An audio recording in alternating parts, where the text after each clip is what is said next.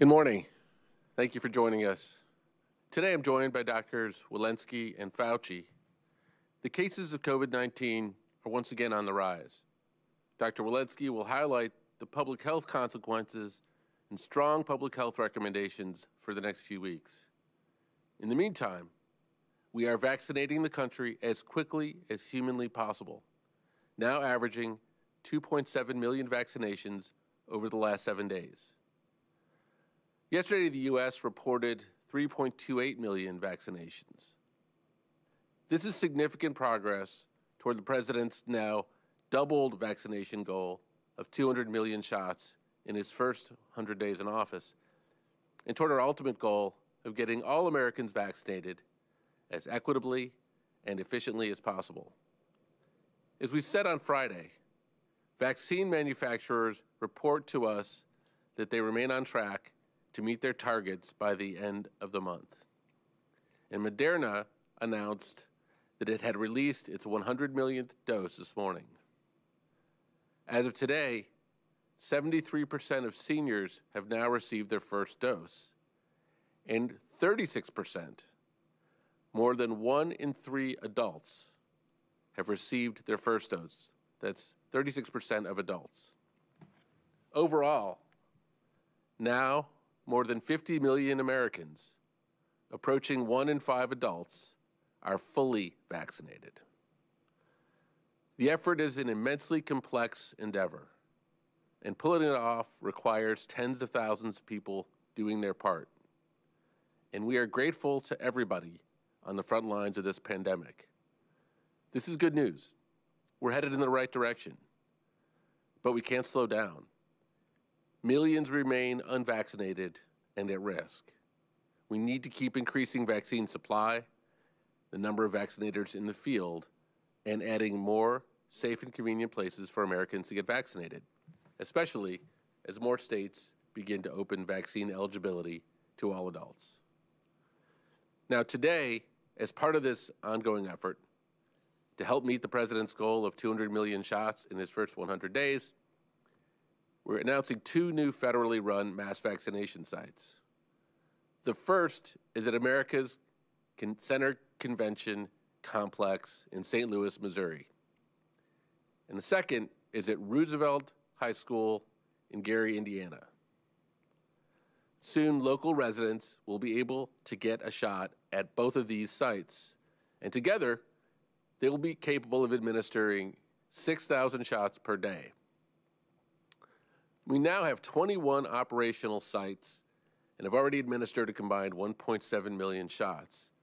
These sites are run by the federal government in close partnership with state and local officials, and they are placed in communities with high risk, according to CDC's Social Vulnerability Index, with a direct goal of ensuring we're equitably distributing vaccines and reaching communities that have been hurt the most by the pandemic. Before I turn it over to Dr. Walensky, I want to close by reiterating what the President said last Thursday. Help is here and hope is around the corner. But we're not there yet, as Dr. Walensky will report. The worst thing we could do now would be to let up. We cannot get complacent. We cannot let our guard down. It's imperative for us to stick to the science and follow public health guidance. That means continuing to wear masks. Masks save lives. It means continuing to socially distance. Socially distancing saves lives. And it means getting vaccinated when it's your turn. Because getting vaccinated saves lives. Not just your own, but your family and friends and neighbors too. With that, I'm going to turn this over to Dr. Walensky and then to Dr. Fauci for some important updates. Thank you, Andy. I'm glad to be back with you all today. I want to begin with an overview of the continuing concerning trends in the data. Yesterday, we in the United States surpassed 30 million cases of COVID-19. CDC's most recent data show that the 7-day average of new cases is slightly less than 60,000 cases per day. This is a 10% increase compared to the prior 7-day period. Hospitalizations have also increased. The most recent 7-day average, about 4,800 admissions per day, is up from 4,600 admissions per day in the prior 7-day period. And deaths, which typically lag behind cases and hospitalizations, have now started to rise, increasing nearly 3% to a 7-day average of approximately 1,000 deaths per day. When I first started at CDC about 2 months ago, I made a promise to you. I would tell you the truth, even if it was not the news we wanted to hear. Now is one of those times when I have to share the truth, and I have to hope and trust you will listen. I'm going to pause here. I'm going to lose the script, and I'm going to reflect on the recurring feeling I have of impending doom. We have so much to look forward to, so much promise and potential of where we are, and so much reason for hope, but right now I'm scared. I know what it's like as a physician to stand in that patient room, gowned, gloved, masked, shielded, and to be the last person to touch someone else's loved one because their loved one couldn't be there. I know what it's like when you're the physician, when you're the healthcare provider, and you're worried that you don't have the resources to take care of the patients in front of you. I know that feeling of nausea when you read the crisis standards of care and you wonder whether there are going to be enough ventilators to go around and who's going to make that choice. And I know what it's like to pull up to your hospital every day and see the extra morgue sitting outside. I didn't know at the time when it would stop. We didn't have the science to tell us. We were just scared. We have come such a long way. 3 historic scientific breakthrough vaccines, and we are rolling them out so very fast. So I'm speaking today not necessarily as your CDC director, or not only as your CDC director, but as a wife, as a mother, as a daughter, to ask you to just please hold on a little while longer. I so badly want to be done. I know you all so badly want to be done. We are just almost there, but not quite yet. And so I'm asking you to just hold on a little longer, to get vaccinated when you can, so that all of those people that we all love will still be here when this pandemic ends. The trajectory of the pandemic in the United States looks similar to many other countries in Europe, including Germany, Italy, and France, looked like just a few weeks ago. And since that time, those countries have experienced a consistent and worrying spike in cases. We are not powerless. We can change this trajectory of the pandemic, but it will take all of us recommitting to following the public health prevention strategies consistently while we work to get the American public vaccinated. I'm calling on our elected officials, our faith-based communities, our civic leaders, and our other influencers in communities across the nation. And I'm calling on every single one of you to sound the alarm, to carry these messages into your community and your spheres of influence.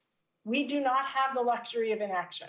For the health of our country, we must work together now to prevent a 4th surge.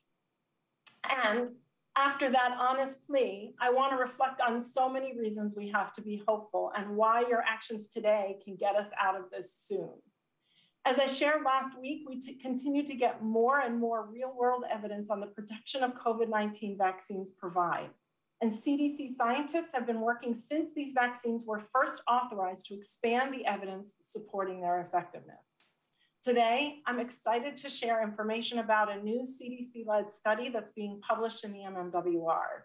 This study assesses the real-world effectiveness of the Pfizer and Moderna vaccines in preventing infections among nearly 4,000 healthcare personnel, first responders, and other essential workers in 6 states from mid-December to mid-March.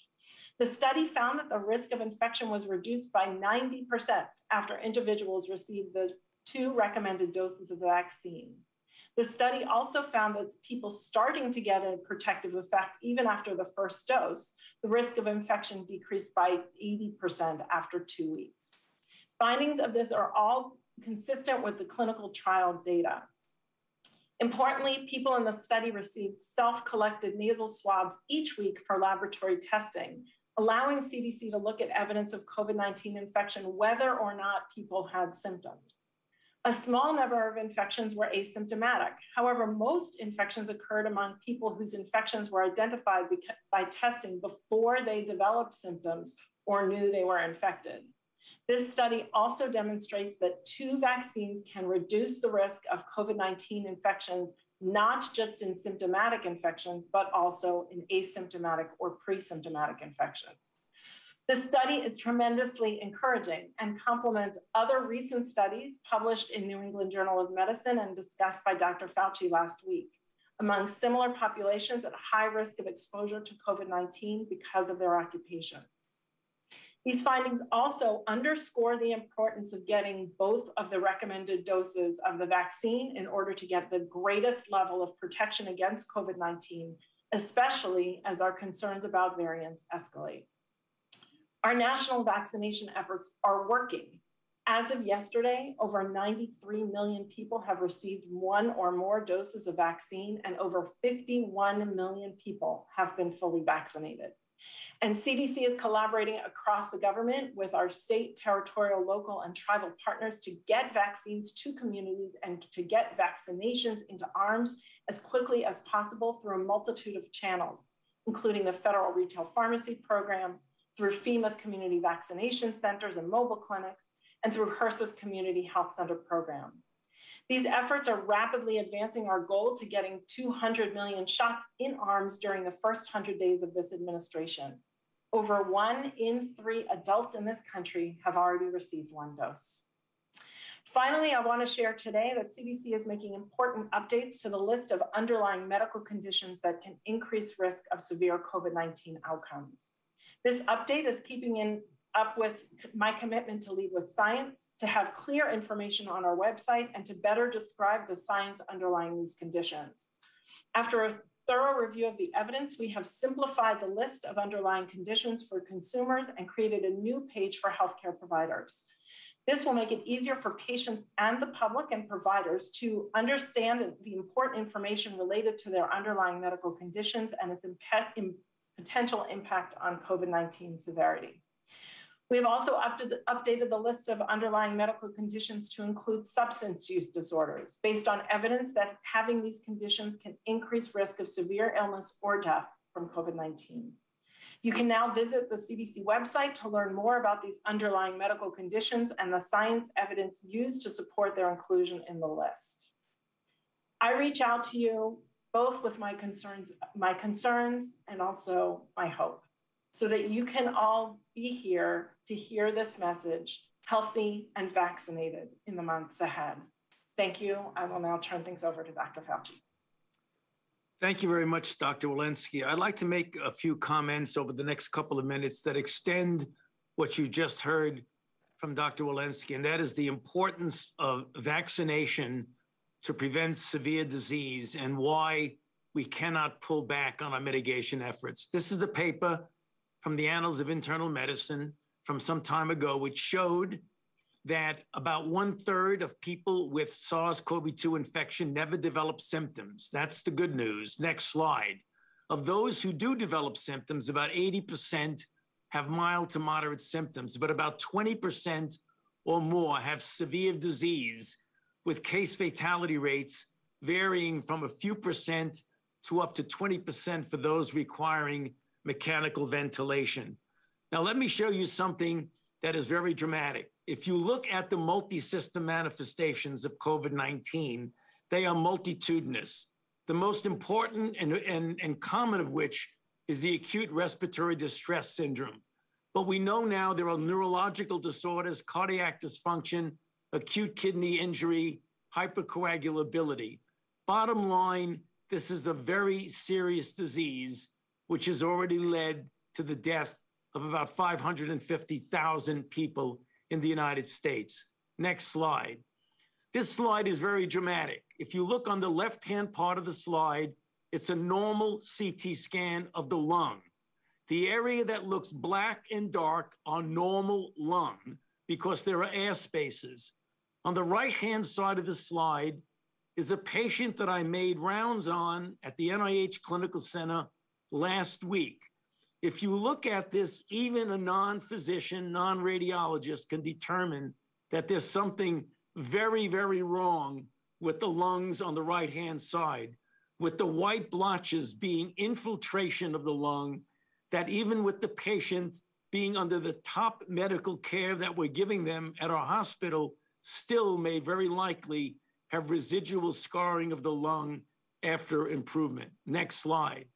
This is another patient we saw at the clinical center who developed a brain infarct, as shown on the left-hand part of the slide, with the arrow pointing to the infarcted part of the brain. Bottom line, as Dr. Walensky said in her experience at Mass General, the same at the NIH Clinical Center, this is a very, very bad disease. The fundamentals to prevent acquiring this are the public health measures that Dr. Walensky mentioned, but also vaccination. Absolutely critical. Next slide. If you look at the prevention of hospitalization and death among the 5 vaccines on the left-hand part of the slide, with one exception of a hospitalized patient in the vaccine arm of the Moderna study, virtually 100% protection against hospitalizations and death. In other words, we can prevent what I showed you on the previous 2 slides by getting vaccinated. And on the last slide, what you see in red is hospitalizations going down, as in the blue bars, vaccinating people going up. The bottom line, hang in there, as Dr. Walensky said. We really need to hold on to the public health measures as we get more and more people, from 2 to 3+ million people, vaccinated every day. It will be a race between the vaccine and what's going on with the dynamics of the outbreak, and we can win this by just hanging in there a bit longer. Back to you, Andy. Thank you, Dr. Fauci and Dr. Walensky. Let's go to questions. First question will go to Ed O'Keefe at CBS. Thank you guys for doing this again, as always. I have one other question, but given what the director just said, I guess I want to follow up a little bit and ask, if I heard you correctly, you said you're concerned about impending doom. What is it that you saw in the data that is causing you to sort of start to feel this way again? And then was curious if you guys can discuss what is the government or the administration's current role in issuing these so-called passports or certificates, and why is it taking a little while longer for the US to do that when places like Japan and China and the EU are further along? So, Dr. Walensky, why don't you take the first question and I'll endeavor to take the second. When we were stagnating at around 40 to 50,000 cases a day for a couple of weeks there, we didn't see trends going down anymore, but things were sort of holding steady. What we've seen over the last week or so is a steady rise in cases. We're now in the 60 to 70,000 range. And when we see that uptick in cases, what we have seen before is that things really have a tendency to surge and surge big. We know that cases sometimes can be a week or 2 behind the behaviors that lead to those cases, the mixing that leads to those cases. We know that travel is up, and I just worry that we will see the surges that we saw over the summer and over the winter again. Thank you. And I'll take your second question. Begin with this.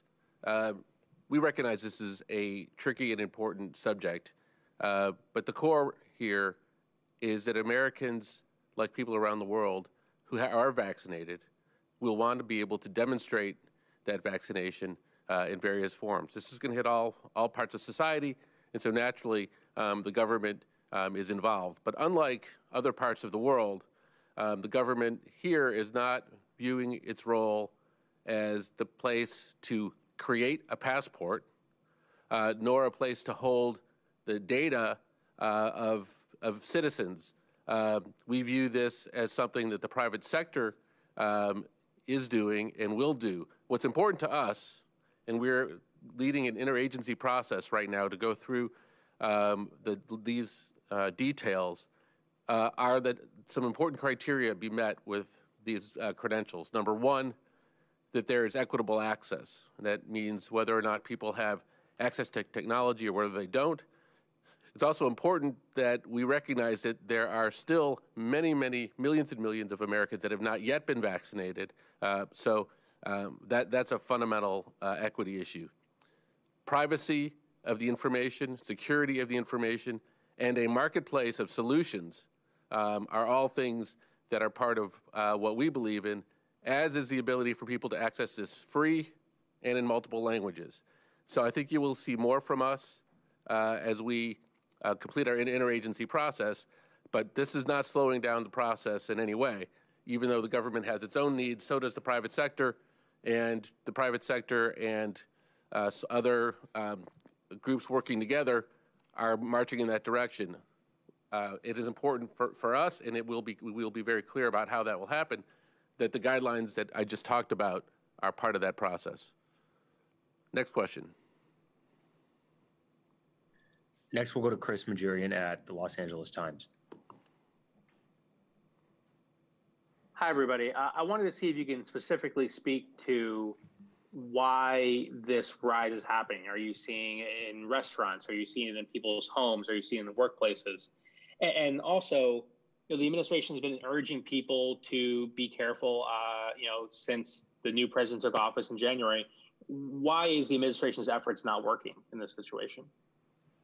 Let's go around here. Maybe start with you, Dr. Walensky, and then Dr. Fauci. You come after that. Yeah, I think we're investigating some of these outbreaks at the local level with individual states. I think we are seeing that many of these states are opening up at levels that we wouldn't necessarily recommend. I am working with the governors. I will be speaking with them tomorrow to try and buckle down on trying to refrain from opening up too fast. In the context of the fact that we're scaling up these vaccines. I think we've seen an uptick in travel. We have seen an uptick in travel. Much more travel is happening. I think people want to be done with this. As I mentioned, I too want to be done with this. The thing that's different this time is that we actually have it in our power to be done with the scale up of vaccination. And that will be so much slower if we have another surge to deal with as well. Dr. Fauci, anything you want to add to that?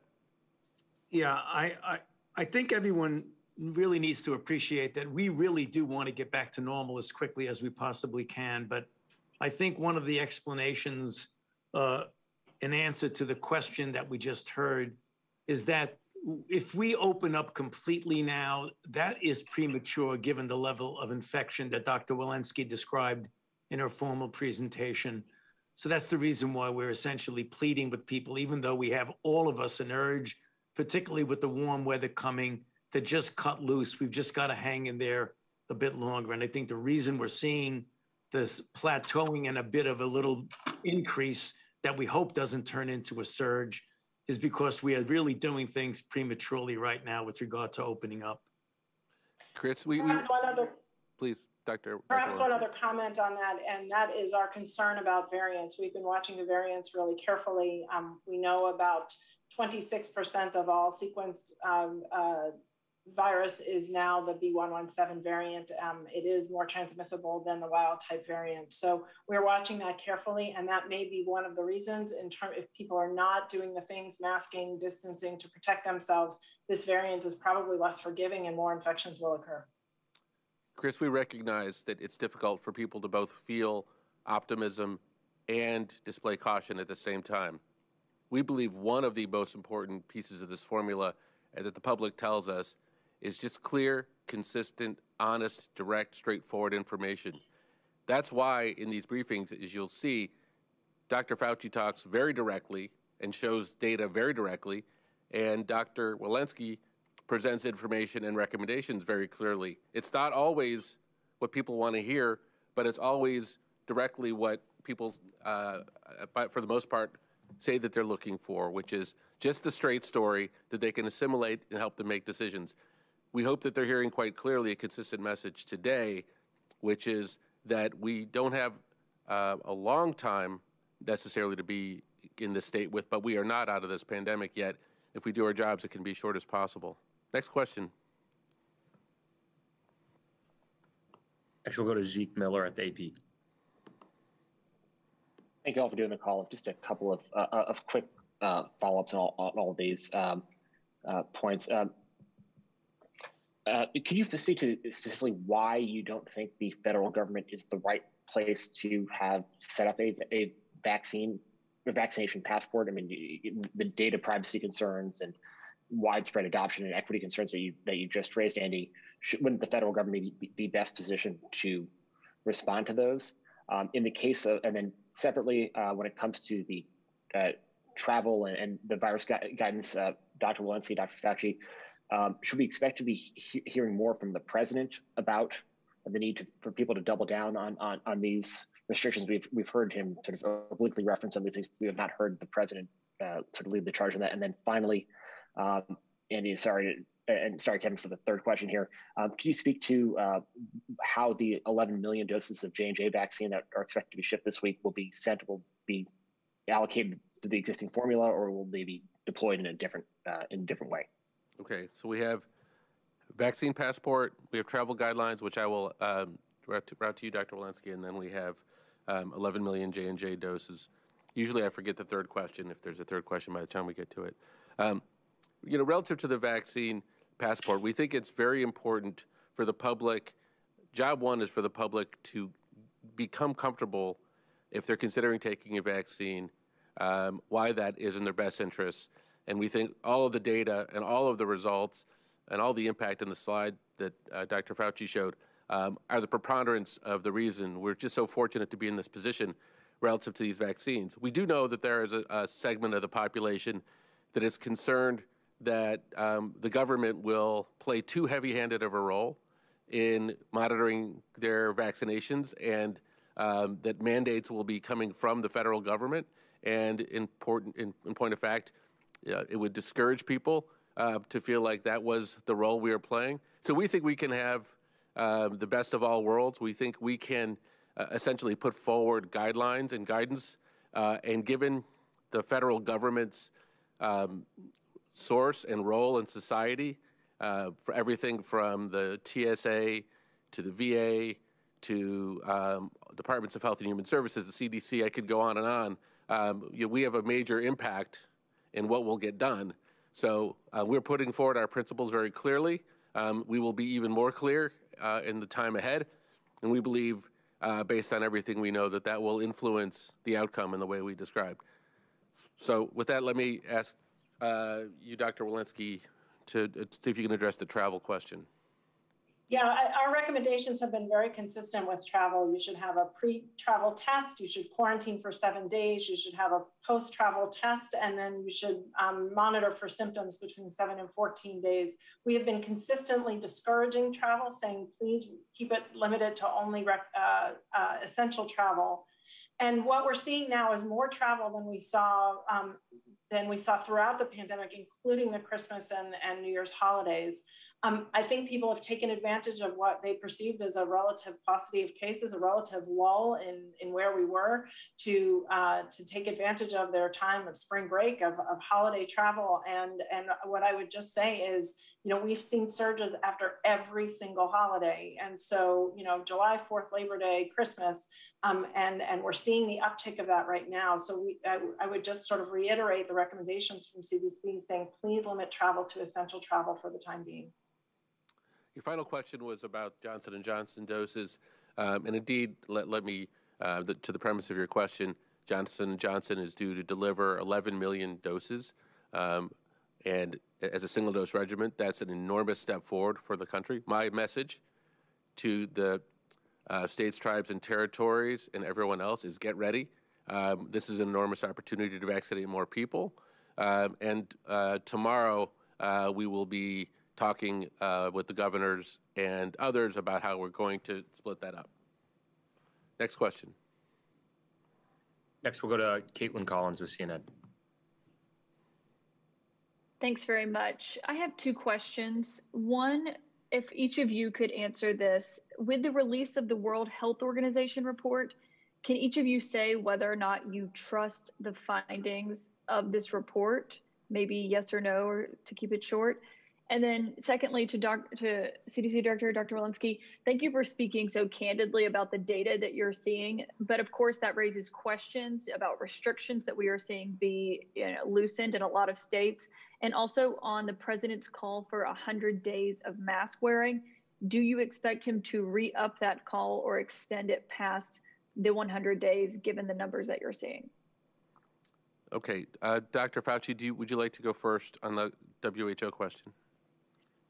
Yeah, Caitlin, I'd like to see that report first, and I also would like to inquire as to the extent in which the people who were on that group had access directly to the data that they would need to make a determination. Once I get that information, I'll be able to more adequately answer whether I trust it or not. But I want to read the report first and then get a feel for what they really had access to or did not have access to. Dr. Walensky. Yeah, I don't have much to add to what Dr. Fauci has said with regard to the report, and simply to say, as I too have not yet had an opportunity to see it. With regard to the surging, we are working closely with the states. I will be speaking with the governors tomorrow to try and reinforce the need for these for current restrictions to not open up. I think what we do with masking will really depend on where we are 40 days from now.